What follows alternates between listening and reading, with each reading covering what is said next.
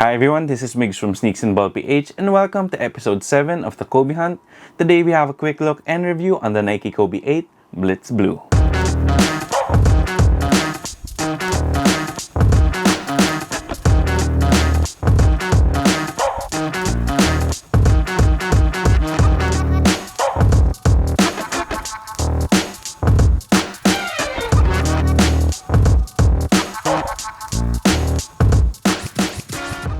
Right off the bat, I must admit that the Nike Kobe 8 is definitely my favorite Kobe signature shoe of all time, and it's equal parts because of the aesthetic as well as its performance on the basketball court. The Nike Kobe 8 did come out in a lot of fire colorways, including this Blue Blitz one, and then you also had others such as the Easters and the Christmas colorway. This was also definitely one of the best performing basketball shoes at the time. Then it's also my favorite Kobe shoe performance-wise because it's just simply a beast on court, and it was definitely way ahead of its time when it released during the NBA's 2012 to 2013 season. And to this day, I'd pretty much pick it over any shoes you have on the market today. Then of course, the Kobe 8 was used by Kobe in the 2012 to 2013 NBA season.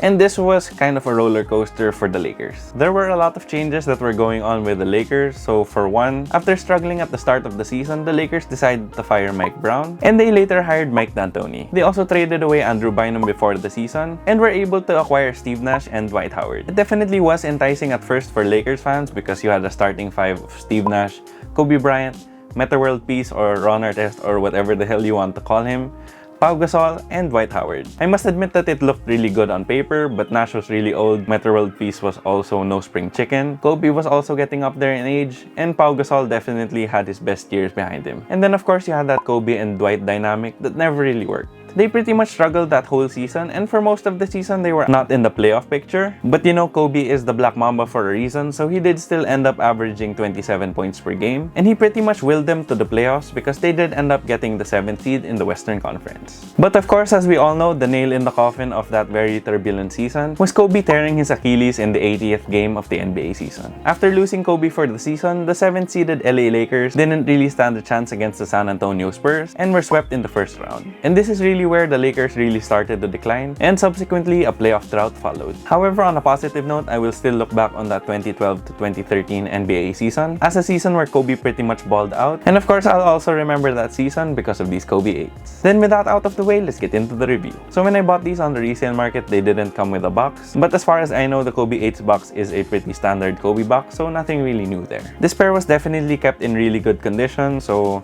nothing wrong with the upper, you know, no scuffs or anything, not any wear on the outsole or anything like that. So here you have it, guys. This is the Nike Kobe 8 Blitz Blue. Then just a few quick tech specs on the Nike Kobe 8. So for the outsole, you do have two traction patterns. So here on the lateral side of the forefoot as well as the medial side of the heel, you do have this triangular traction pattern. This is actually quite similar to the one you found on the Kobe 7s. And in my personal experience playing with these a few years ago, these actually grip even better than the ones on the Kobe 7. Then for the majority of the forefoot as well as the medial side on the heel, you do have herringbone. Most of the time with the good rubber compound, herringbone performs really well. And the Kobe 8 definitely is an example of this. I haven't played in a pair of Kobe 8s in quite some time, but when I did use them before, they had really beastly traction. So when the courts open up, I'll definitely revisit these to update you guys on the traction. Then for the cushion, just like the Kobe 7, the Kobe 8 has a drop-in midsole. However, it is quite different, so Nike did decide not to include the tongue anymore in the drop-in midsole, and I'm really thankful that they did because that was pretty awkward on the Kobe 7. And they also changed it up quite a bit because the Kobe 7s either had a Cushlon drop-in midsole or a Phylon drop-in midsole with forefoot and heel Zoom Air. What the Kobe 8 uses instead is a drop-in Lunarlon midsole, and Lunarlon is definitely a really nice foam because it is pretty comfortable and really lightweight. However, of course, the well-documented problem of Lunarlon is that it bottoms out a lot quicker than most other foams.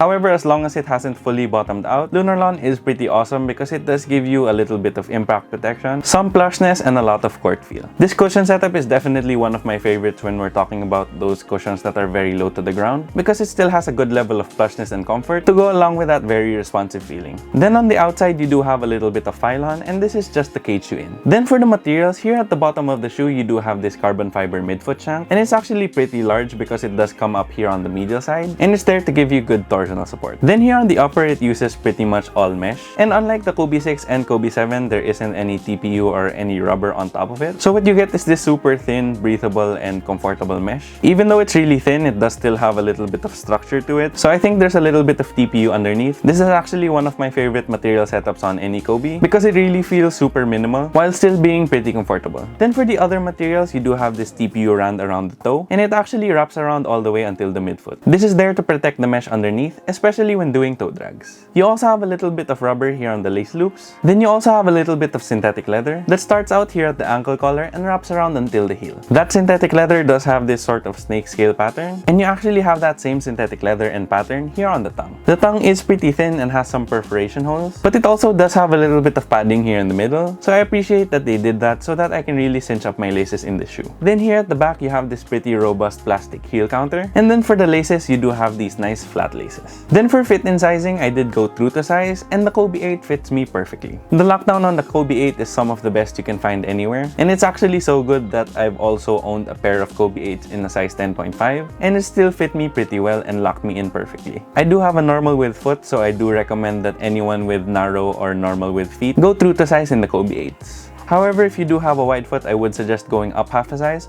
or maybe even a full size up. The lockdown on the Kobe 8 is so good that even if you do go up a full size, you'll still be really secure inside the shoe. Then for the aesthetic details on the shoe, for this Blitz Blue colorway, it does have a translucent outsole, although since the shoe is pretty old, it has yellowed quite a bit, but you know, that is perfectly normal. Then here on the heel, you do have this cutout that exposes a little bit of Phylon foam, and you have a reddish-orange Kobe logo. You also have another Kobe logo here on the lateral side, where the rubber comes up to the midsole, and then here on the medial side of the toe, you do have these symbols. Not really sure what these symbols mean, but that is a common theme with the Kobe shoes, as well as this secret code that you can see on the back. Then here on the back as well, you do have this really large Kobe logo on the synthetic leather, and it actually goes underneath the plastic heel counter. Then on the lateral side of that heel counter, you do have a Kobe signature in reddish-orange, and then here on the tongue, you have yet another Kobe logo in that same reddish-orange. Then for the upper, you do have this really cool design on the Blitz Blue colorway, because it sort of has this gradient. However, it does meet in the middle, where you have what I would call like this shooting star effect, and this just looks really cool, and you can find it both on the lateral as well as the medial side. Then here on the lateral and medial side, you do have some Nike swooshes. So on the lateral side, you do have this large reddish-orange TPU swoosh, and then you have another TPU swoosh that's a little bit smaller, and it's here on the ankle collar of the medial side. Then lastly, you have some predominantly blue laces with some reddish-orange dots, and you have another Kobe logo on the drop-in midsole. Then for the overall aesthetics, what can I say? This is definitely my favorite looking Kobe signature shoe of all time. In my opinion, it definitely looks like the sleekest Kobe. The colorway also helps with that sort of fast and speedy vibe because of that Blue Blitz pattern here on the upper. Then for this colorway specifically, it really comes together really well. So you have that translucent outsole, then you have that dark blue midsole with a little bit of splatter paint. You have that awesome Blue Blitz graphic here on the upper. Then you have a lot of really nice reddish-orange hits throughout the shoe that are all in the right places. In my opinion, nothing on this shoe is overdone, but it's definitely far from a basic aesthetic. It just really comes together in this super awesome looking package. And if I had to wear one shoe for the rest of my life for walking and for playing basketball, I really believe that this would be it. Then for the price, the Nike Kobe 8 originally retailed for $140 US when it released in the 2012-2013 NBA season. Of course, that was quite a while back, and the Kobe 8 definitely is one of the more iconic Kobe signature shoes, which is why it does fetch quite a high price on the resale market. Of course, that all depends on the colorways, because I was able to get a pair of graffiti Kobe 8s before for less than 5,000 pesos, but those were definitely not as well maintained as these, and they actually had a little bit of sole separation, so I had to fix it up quite a bit before using them. But if you were to get a pair that was as well maintained as this, it would cost you around 10,000 pesos. That's actually the price at which I was able to get these, and I got them from Sir Carl Gaa. So I just like to give him a quick shout out and thank him for taking really good care of these shoes, because these are definitely still in really good playing condition. Of course, like I said, it really depends on the colorway as well as the condition of the shoes. If it's a really well maintained pair and it's one of those rare colorways such as the Christmas or the Kobe 8 SS, which has those synthetic scales, then it's probably gonna cost you even more than 10,000. But of course, you should always do more research so that you can get the best prices for the Kobe 8. So there you have it, guys. That was episode 7 of the Kobe Hunt, featuring the Nike Kobe 8 Blitz Blue. If you liked the video, please make sure to leave a thumbs up down below. Then if you have any comments, questions, or any suggestions for any future videos, please feel free to leave them in the comment section down below as well. Then also sound off in the comment section down below what your favorite Kobe 8 colorway is. Then if you haven't already yet, please make sure to subscribe and hit that bell icon for notifications. It will help us out a lot here at Sneaks in Ball PH.